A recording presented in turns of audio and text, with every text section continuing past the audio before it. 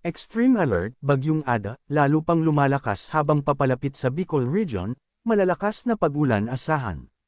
Lokasyon, 175 kilometro silangan ng Huban, Sorsogon. Lakas ng hangin, 85 kilometers per hour, pagbagso hanggang 105 kilometers per hour. Kilos, Kanluran Hilagang Kanluran, 20 kilometers per hour. Wind signal status, signal number 2. Eastern Camarines, Catanduanes, Albay, Sorsogon, Northern Samar, Northeastern Samar, Northeastern Samar, signal number 1. Eastern Quezon, kasama ang hashtag Polillo Islands. Marinduque, Camarines Norte, Rest of Camarines, Masbate, Rest of Samar, Rest of Eastern Samar, Biliran, Leyte, Southern Leyte, Northern Cebu, kasama ang hashtag Bantayan at hashtag Camotes Islands. Dinagat Islands. Posibleng umabot sa severe tropical storm ang Bagyong Ada mula Sabado ng hapon hanggang madaling araw ng Linggo habang papalapit sa Catanduanes. Inaasahang babagal ang galaw nito sa silangan ng hashtag Bicol at unti-unting hihina dahil sa tuyong hangin at malakas na wind shear sa paligid. Babala sa malalakas na ulan. Bagamat hindi napakalakas ang hangin, magdadala ang bagyo ng malalakas hanggang matitinding pag-ulan sa Eastern Visayas, Bicol Region, at Quezon ngayong weekend. Torrential rains, Catanduanes. Heavy to intense rains, Northern Samar at halos buong Bicol. Mataas ang banta ng pagbaha at landslides, at may posibilidad din ng lahar lalo na sa hashtag Albay. Heavy rainfall warning, red warning.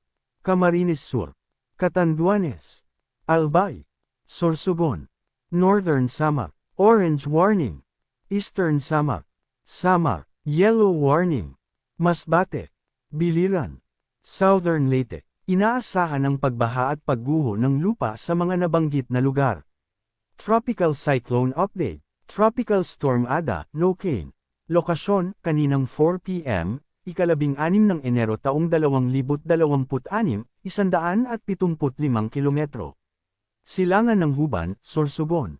Coordinates, kaninang 4 p.m., 16 ng Enero taong 2026, 13.0 degrees north, 125.6 degrees east. Pinakamalakas na lakas ng hangin, 10-minute average, 85 kilometers per hour. Pagbagso, 105 kilometers per hour. Galaw, Kanlurang Hilagang Kanluran, west-northwest, WNW, sa bilis na 20 kilometers per hour. Presyon sa sentro, 994 hectopascals o mabar, hectopascals o millibars. Lawak ng lakas ng hangin, 400 kilometro, galing sa sentro. Sa ngayon, nakakaapekto ito sa Bicol Region, Quezon, Marinduque, Visayas, Camiguin, Agusan del Norte, Surigao del Norte, at Dinagat Islands.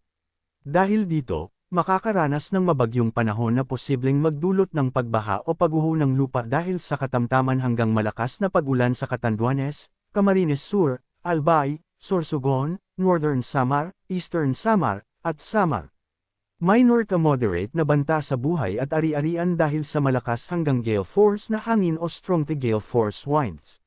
Dahil dito, makakaranas ng maulan na may pabagso-bagsong hangin na posibleng magdulot ng pagbaha o pagguho ng lupa dahil sa katamtaman hanggang malakas na pag-ulan sa nalalabing bahagi ng Bicol Region, nalalabing bahagi ng Eastern Visayas, Quezon, at Marinduque. Minimal hanggang minor na banta sa buhay at ari-arian dahil sa malakas na hangin o strong winds. Dahil din dito, makakaranas ng maulap na kalangitan na may kalat-kalat na pag-ulan, ang kidlat, at pagkulog na posibleng magdulot ng pagbaha o pagguho ng lupa dahil sa katamtaman hanggang minsan malakas na pag-ulan sa Zamboanga Peninsula, nalalabing bahagi ng Visayas, nalalabing bahagi ng Mimaropa, Camiguin, Agusan del Norte, Dinagat Islands, at Surigao del Norte. Tropical Cyclone Wind Signals, in effect. Mas mahigit TCWS number 2. Wind Threat, Gale Force Winds. Warning Lead Time, 24 hours. Range of wind speeds, 62 to 88 km per hour, Beaufort 8-9. Potential impacts of winds, minor to moderate threat to life and property. Luzon, The eastern portion of Camarines Sur, Siruma, Tinambak, Ocampo, Baao, Nabua, Batu, Iriga City, Buhi, Sagnay. Tigaon, Goa, Lagonoy, San Jose, Garchitorena, Presentacion, Karamuan, Milaor, Kamaligan, Pili, Magarao, Minalabak, Balatan, Naga City, Calabanga, Bombon, Bula, Canaman, Gainza, Catanduanes, Albay, and Sorsogon. Visayas, Northern Samar, the northern portion of Eastern Samar, Ipapad, Maslog, Dolores, Oras, San Policarpo, Arteche, and the northeastern portion of Samar, Matuginaw, San Jose de Buan. Mas mahigit TCWS no. Isa, wind threat, strong winds. Warning lead time, 36 hours. Range of wind speeds, 39 to 61 km per hour, Beaufort 6-7. Potential impacts of winds, minimal to minor threat to life and property. Luzon, the eastern portion of Quezon, Tagkawayan, Guinyangan, Lopez, Calawag, Buenavista, San Narciso, San Andres, San Francisco, Mulanay, Katanawan, General Luna, Macalelon, Gumaca, Pitogo, Unisan, Atimonan, Plaridel, Agdangan, Padre Burgos, Quezon, Alabat, Perez, including Polillo Islands, Marinduque, Camarines Norte, the rest of Camarines Sur, and Masbate including Ticao and Berias Islands. Visayas, the rest of Eastern Samar, the rest of Samar, Biliran, Leyte, Southern Leyte and the northern portion of Cebu, Medellin, Daan Bantayan, San Remigio, City of Bogo, Tabogon, including Camotes and Bantayan Islands. Mindanao, Dinagat Islands, Weather Advisory, Heavy Rainfall Outlook, o 24 na oras na posibleng MAIPON na ulan.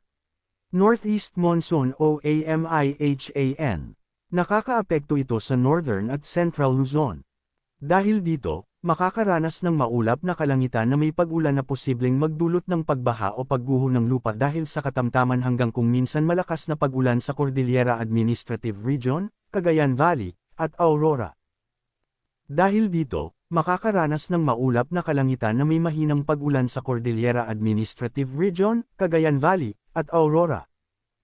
Dahil dito, makakaranas ng bahagyang maulap hanggang maulap na kalangitan na may pulu-pulong mahinang pag-ulan sa Ilocos Region at nalalabing bahagi ng Central Luzon. Localized thunderstorms. Nakakaapekto ito sa nalalabing bahagi ng bansa. Dahil dito, makakaranas ng bahagyang maulap hanggang maulap na kalangitan na may pulu-pulong pag-ulan o pagkidlat at pagkulog na posibleng magdulot ng mga pagbaha o pagguho ng lupa dahil sa severe thunderstorm sa nabanggit na lugar. Ay pinapaalalahanan ng lahat na manatiling updated sa lagay ng panahon at sa posibleng tatahakin at magiging lakas ng sama ng panahon sa susunod na mga araw.